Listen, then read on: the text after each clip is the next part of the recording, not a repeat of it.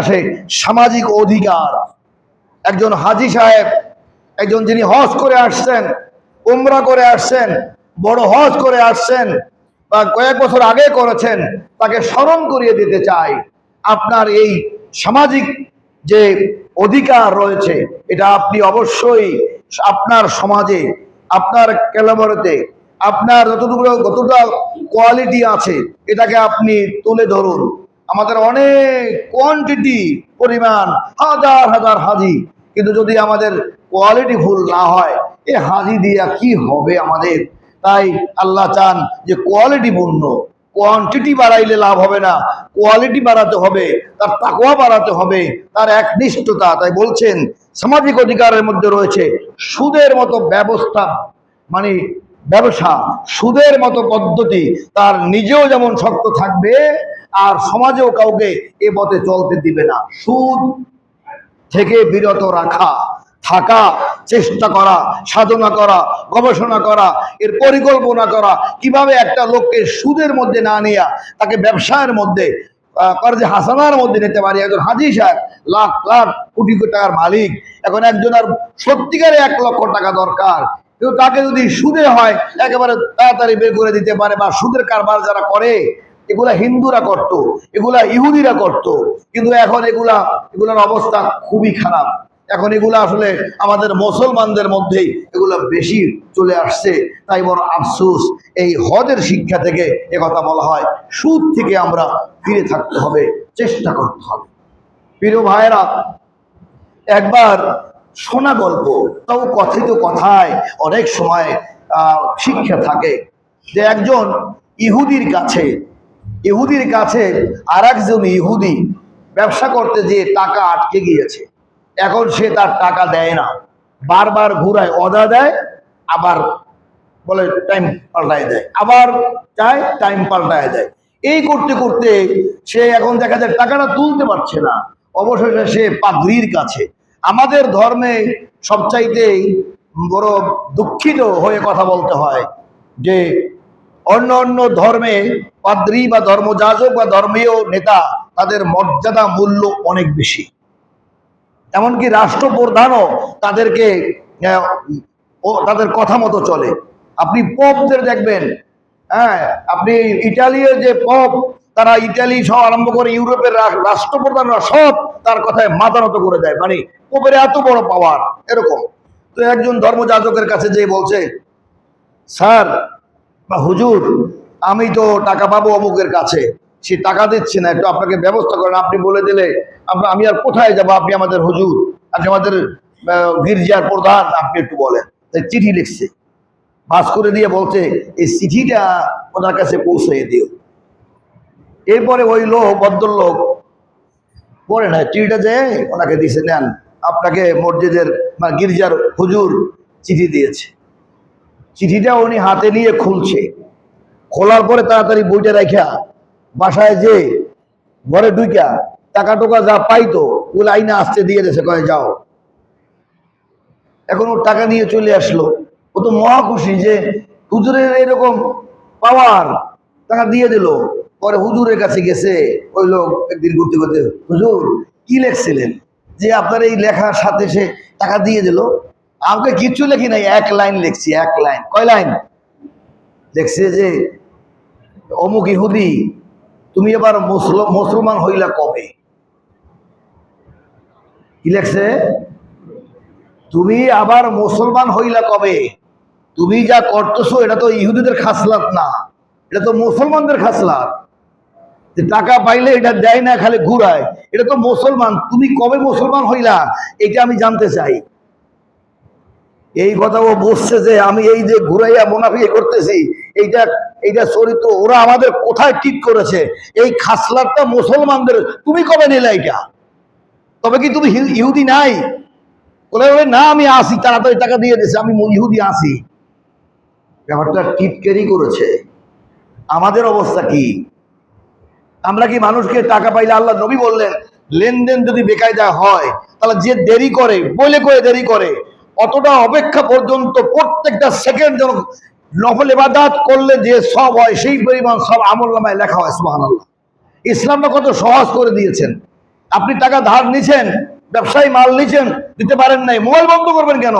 আপনি ফোন দিয়ে তাকে বলবেন, ভাই আমি এ মাসে দিতে চেয়েছিলাম, পারি নাই, সরি, আপনি আমাকে আরেকটা মাস সময় দেন। আর ওই ব্যক্তি যদি বলে, যাক আল্লাহ তুমি তাকে রহম করো যাতে সে দিতে পারে, এই যে ব্যক্তি সময়টা নিল এবং যে দিল, বলছে যে দিল সে যে বিরাট ইবাদত করলো, এবং তার আমল নামায় প্রত্যেকটা সেকেন্ড যেন সে সারা রাত দাঁড়িয়ে ইবাদত করলে, নফল নামাজ পড়লে যে সব হয়, ওই টাইম পর্যন্ত তার আমল নামায় এরকম সব হতে থাকে। সুবহানাল্লাহ। ইসলাম কত সহজ করলো। আর আমরা কি করি?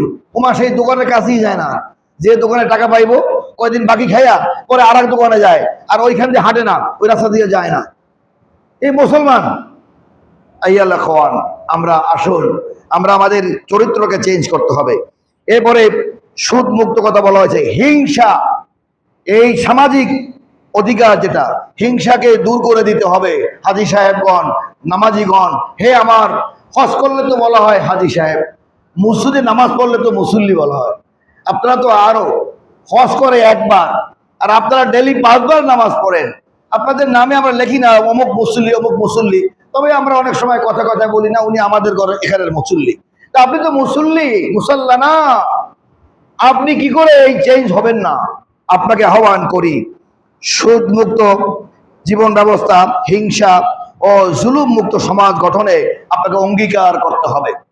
এই সুদ মুক্ত করতে যেই আমি বলছিলাম, নামাজ পড়ি, রোজা রাখি, হজ করি, যাকাত দেই, কিন্তু সব পর্দাও করি, কিন্তু আমার ব্যবসা সুদযুক্ত, আমার লেনদেন সুদের কারবারের সাথে, তাহলে আমার এই রুকু, আমার এই সেজদা, আমার এই নামাজ, আধুনিক ব্যাংকিং এবং সুদ ব্যবস্থা, বইগুলো পড়বেন যে আসলে কি মহান মালিকের ভয় আমার অন্তরে আছে, তাহলে আমি সব তো ঠিক করেছি, কিন্তু আমার অর্থনৈতিক ব্যাপারে যদি আমি ঠিক না থাকি, তাহলে জান্নাতে যাওয়া যাবে না। ইবলিস শয়তান একটা কারণেই, একটা হুকুম অমান্য করার কারণে জাহান্নামে হয়েছেন। আল্লাহ এই হুকুমটা বলেছেন না, ইয়া আইয়ুহাল্লাযীনা আমানুত্তাকুল্লাহ ওয়া যারু মা বাকিয়া মিনার রিবা। রিবা মানে সুদ। ওয়া আহাল্লাল্লাহুল বাই'a ওয়া হাররামার রিবা। এই যে রিবা, ব্যবসাকে হালাল করেছি, সুদকে হারাম করে দিয়েছি, এ পথে যাবে না, যত কষ্ট হোক এড়িয়ে চলো। প্রয়োজনে তোমরা সমিতি করো সুদ মুক্ত, সমিতি করতে করতে একটু বড় করো, তারপরে জাতিকে বাঁচাবার জন্য ইসলামিক ব্যাংকিং করো। এই ব্যাংকিং করার কারণে মানুষের মধ্যে চলে আসলো, হায় হায়, তাহলে বড় বড় আলেম হাদিস। আসলে একবার শুনছিলাম, যখন বুখারী শরীফ পড়ায়, হুজুরে বলতো যে ইবনে হাজার আসকালানি তার জমানায়, উনি না, একজন বড় আলেমের কথা বলছে, যারা অনেক জ্ঞানী বা ভালো বিশ্বাসী মানুষ সরল সোজা হয়। তো ওনাকে উনি পড়াতে একজন চালাক ছাত্র এসে বলছে, হুজুর একটা খবর আছে। কি খবর? তাহলে খবরটা হলো যে আপনি তো, আপনার স্ত্রী তো বিধবা হয়ে গেছে, সকালবেলার খবর শুনলাম। তাই নাকি? উনি মনটা খুব খারাপ হয়ে বলছে, তাহলে থাক, আজকে আর পড়াবো না। এরকম একটা দুঃসংবাদ তুমি দিলা। সংবাদটা কি দিছে? হুজুর আপনার স্ত্রী বিধবা হয়ে গেছে, এই সংবাদটা সকালবেলা শুনলাম। শোনার পরে বলে, হারে, তাহলে আজকে আমি আর পড়াবো না, আমি আসলেই ওরে ভালোবাসি, এখন ও বিধবা হয়ে গেছে, এই জন্য মনটা খারাপ। উনি এবার কিতাবটা বন্ধ করে থুইয়া উনি বাসার দিকে চলে গেছে, যে যাইয়া বলতেছে যে মনটা আজ খুবই খারাপ। কেন? সকালবেলায় খবরটা শুনলাম যে তুমি বিধবা হয়ে গেছো, এটা শোনার পরে আমার মন খুবই কাতর হয়ে গেছে, চলে আসলাম। এখন পানি খাবার দিবা, শরবতটা খান। কি শুনলেন? শুনলাম যে তুমি নাকি সকালবেলা বিধবা হয়ে গেছো, এই জন্য আমার মনটা খুব খারাপ হলো। আপনি কি মাথা ঠিক আছে? আরে স্বামী মইরা বাইসে থাকলে কেমনে আমি বিধবা হই? আপনি তো জীবিত আছেন। ও হয়, আমি জীবিতই তো আছি। তো ও যে বললো, ও যে আমার ছাত্র মুসলমান না, ও তো আমাকে বললো যে আমি বিধবা, তুমি বিধবা হয়ে গেছো। হাই হাই আস্তাগফিরুল্লাহ। ওই এইরকম আমার কথা বিশ্বাস করলাম আমি? মানে সরল সোজা কাকে বলে, মানে এটা শুনে সে মনে করছে, এরপরে সে অতটা চিন্তা করতে যায় নাই যে কি হওয়ার পরে বিধবা হবে। বিধবা হয় জানি স্বামী মরলে, তো আপনার স্ত্রী বিধবা হয়েছে, সে কাঁদতে কাঁদতে বা দুঃখ নিয়ে বাসায় গেছে। আমার প্রিয় ভাইয়েরা, এরকম জ্ঞানী হওয়া ভালো, তবে এরকম এত সরল সোজা হওয়া মোটেও, কথা হয় না, এত সরল সোজা হওয়া মোটেও ভালো নয়। কারণ ইয়া আইয়ুহাল্লাযীনা আমানু ইন জাআকুম ফাসিকুম বিনাবাইন ফাতাবায়্যানু আন তুসিবু কওমান বিজাহালাতিন। আল্লাহ তাআলা এটাই বলেছেন, হে নবী, আপনি, আপনার লোকেরা, আপনার দলের লোকেরা কোন সংবাদ কেউ বললে তা যাচাই বাছাই না করে কোনো রিয়াক্ট করবেন না।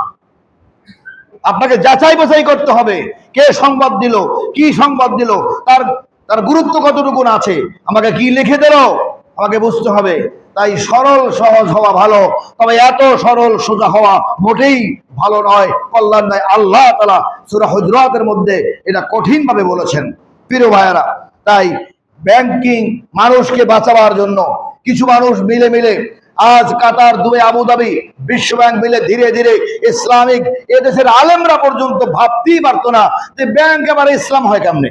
এটা ব্যাংক মানি তো টাকা দাও, সুদে নাও, এত টাকা দাও, এত পার্সেন্ট দাও, এরকম করতে করতে এরপরে বের করলো ইসলামিক ব্যাংকিং পদ্ধতি আসলো, এবং সেটা ধীরে ধীরে ওয়ার্ল্ডে, এশিয়া মহাদেশের কয়েকবার শ্রেষ্ঠ ব্যাংকে পরিণত হয়েছে বাংলাদেশ ইসলামিক ব্যাংক। এবং এর সাথে আজকে এর প্রভাবে আজকে পূবালী ব্যাংক, আজকে সাউথ ইস্ট ব্যাংক, আজকে হংকং ব্যাংক, বাংলাদেশের অনেকগুলো ব্যাংক তারা ইসলামী শাখা খুলতে বাধ্য হয়েছে, যে ইসলামী শাখা, তার ভ্যালুয়েশন আলাদা করা, ইত্যাদি ইত্যাদি। আমি জানতে চাই আপনাদের, আমাদের মুসলিমদের মধ্যে ইসলামী যে কোনো ব্যাংক হোক, ইসলামী ব্যাংকে আপনি বিশ্বাস করে টাকা রাখছেন যে আমি সুদে যাবো না, কারণ নামাজ পড়ি, আমি রোজা রাখি, আমি ইবাদত করি, মক্কা যাই, কোরআন পড়ি, কিন্তু আমি আমার টাকা হারাম ব্যাংকে দিয়ে আমি কেন জাহান্নামের ভাগীদার হব? তাই ইসলামী ব্যাংকের অ্যাকাউন্ট, ইসলামিক ভাবে ব্যাংকিং কার কার আছে একটু দেখি, একটু হাত লাগাই দেব। ইসলামী ব্যাংকিং আলহামদুলিল্লাহ অধিকাংশ মানুষেরই আছে, যাদের নাই তাদেরও ইসলামিক যেতে হবে। কিন্তু শয়তান আমাদের প্রকাশ্য শত্রু। কে বলেছেন? আল্লাহ বলছেন শয়তান তোমাদের প্রকাশ্য শত্রু। ওরা বলছে ডানে বামে পিছে দিয়ে আমাদের শয়তান আমাদেরকে ঘিরে ধরবে। আল্লাহ বলছেন আমি উপর থেকে তোমাদের রহমত দিয়ে আমি রক্ষা করবো। সুবহানাল্লাহ। তাই ইসলামী ব্যাংকের উপরে গত ফ্যাসিস্ট আমলে এই 5টা ব্যাংকে দেউলিয়া করে দিয়েছে। আমারও এখানে প্রায় লক্ষ লক্ষ টাকা পড়ে আছে এই যে সোশ্যাল ইসলামী ব্যাংকে। এভাবে ব্যাংকগুলোকে 5টা একত্র করে উদ্ধার করতে পারেনি, আর সেই টাকা মানুষগুলো ভয়তে এমন ভয় দিয়ে দিল, এরপরে ব্র্যাক ব্যাংকে টাকা ঢুকে পড়লো। কয়েক মাসের মধ্যে ব্র্যাক ব্যাংকের টাকার ভলিউম হয়ে গেল মানে দ্বিগুণ, 3 গুণ, 4 গুণ, 10 গুণ বেড়ে গেল। মানুষ ভয়তে টাকা তুললো এদিক দিয়ে, ওদিকে নিয়ে রাখলো, পরে আর টাকা দিতেই পারে না, ব্যাংক খালি। এরপরে এই শয়তান সালাম গ্রুপ আবার ইসলামের উপরে কৌশলগত ভাবে এই ইবাদতের স্বামী, আমাদের নামাজ পড়ি, রোজা রাখি, ইসলামী ব্যাংকিং না থাকে তাহলে আমার ইবাদত, আমার নামাজ, আমার দুনিয়ার কর্মকাণ্ড যাই করে না কেন সুদের সাথে সম্পর্ক থাকলে তারা লা ইয়াদখুলুল জান্নাহ, তারা জান্নাতে প্রবেশ করতে পারবে না। তাই বহু পরিকল্পনা করে সাধারণ মানুষের টাকা জমা করে করে, এটা কোনো দলীয় ব্যাংক নয়, কোনো ব্যক্তির ব্যাংক নয়, কোনো রাজনৈতিক দলের ব্যাংক নয়, ইসলামী ব্যাংক ইসলাম মনা মানুষের জমা টাকা। সেই ইসলাম মন মানুষ সব দলের মধ্যে থাকতে পারে, হাজি, গাজী, তাবলিগ, জামাত, রাজনৈতিক দলের অনেক লোক যে মনে করে না আমি রাজনৈতিক নেতা, এমপি, মন্ত্রী, কিন্তু সুদ খাবো না, তারাও ইসলামী ব্যাংকে রাখে। এমনকি অনেক হিন্দু মানুষও যে আমি এই সুদের মধ্যে যাব না, সব ধর্মে সুদের গুণ আছে, ইহুদি ধর্মেও সুদের গুণ আছে, ইসলামী ব্যাংকিং করছে। আজকে সেই ব্যাংকের উপরে যে খড়গ নেমে বুঝি সরল সোজা হওয়ার কারণে আমাদের প্রধানমন্ত্রী অবশ্যই দেশটাকে এত ভালো চালাবার চেষ্টা করতেছে, কিন্তু কতগুলো শয়তান আশেপাশে রয়েছে যারা বুদ্ধি করে তাকে এরকম করে যে আপনি তো বিধবা, আপনার স্ত্রী বিধবা হয়ে গেছে, এখন আপনি কি করবেন, এসে মনে করে হাই হাই বিধবা হয়ে গেছে। বুঝতে হবে যে সমস্ত মানুষ বিভ্রান্ত করছেন তারা কি চায়, আজকে বাংলাদেশ সুন্দর করে চলবে। আজকে যারা সরকার বিরোধী আছেন, সরকার এবং বিরোধী সবাই মিলে দেশটাকে গড়ে তুলবে। পিছনে যা গেছে আল্লাহর রহমত হলে ওই সব বালা কাটাইয়া আমরা আবার একটা সুন্দর বাংলাদেশ আনতে পারবো। এটা ইমামদের দাবি, খতিবদের দাবি। খতিবরাও আমরা চাই আমার মুসল্লিরা সুদ থেকে বেঁচে থাকুক, ইসলামিক ব্যাংকিং বেঁচে থাকুক এবং সেগুলো এগিয়ে যাক।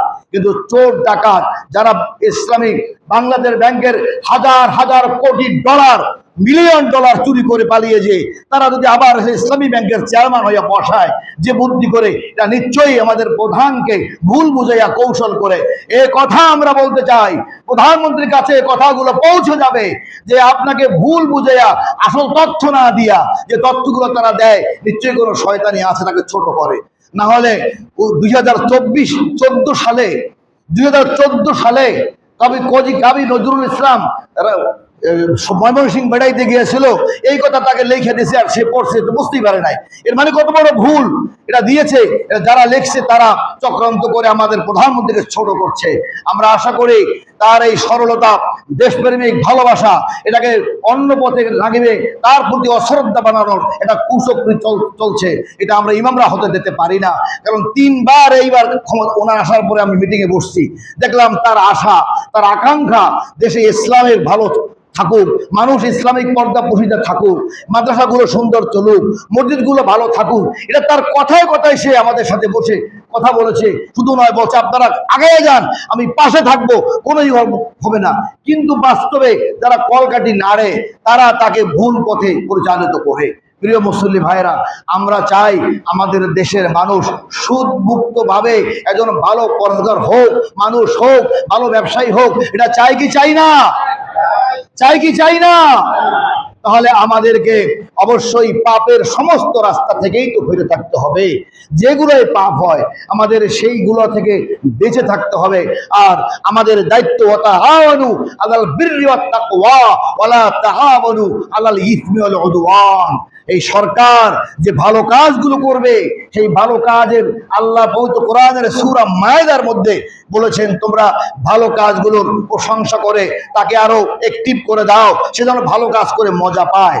আর যখন কোনো খারাপ কাজ করবে তখন আপনি চুপ থাকতে পারবেন না, বড় শয়তানও থাকবে না। তখন তার খারাপ কাজ যখন আসবে, ভুল পথে যখন হাঁটবে, তখন প্রত্যেকে নামাজি, প্রত্যেকে হাজি, প্রত্যেকে মুসল্লি, তাদের দায়িত্ব হলো এ ব্যাপারে সতর্ক হওয়া, না এটা ভুল হচ্ছে, এটা সঠিক হচ্ছে না, এভাবে করে তাদের কথা বলা। যদি না বলে, কিয়ামতের দিন তারা দায়ী থাকবে আল্লাহর কাছে যে অন্যায়ের সমর্থন দেওয়া হয়েছে, যদি নীরব থাকা হয়। প্রিয় ভাইয়েরা, আজকে জুমার নামাজ থেকে আমরা হাজিদের যে শিক্ষার মধ্যে হজের শিক্ষা, স্থায়ী পরিবর্তন, তাকওয়া, ইস্তেকামাত এবং সামাজিক অধিকার, এই সুদ মুক্ত জীবন ব্যবস্থা থেকে বেরিয়ে ইসলামিক ব্যাংকিং যদি পদ্ধতি না থাকে, তাহলে কেমনে হবে? কেমনে মানে আম গাছ লাগিয়ে কখনো সেখান থেকে বকুল ফল পাওয়া যায় না, পাওয়া যায় না, সেখানে কুল বড়ই পাওয়া যায় না।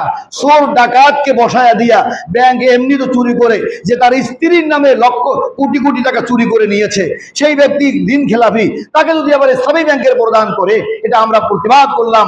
সমস্ত বাংলাদেশ থেকে আমরা জানাই, আমাদের প্রিয় প্রধানমন্ত্রীর কাছে খবরটা যাবে, মেসেজে ঘুরতে ঘুরতে চোখে পড়বে, সে ডাকবে এবং নিশ্চয়ই সে এটা কঠোর ব্যবস্থা নেবে। না, এটা হতে পারে না।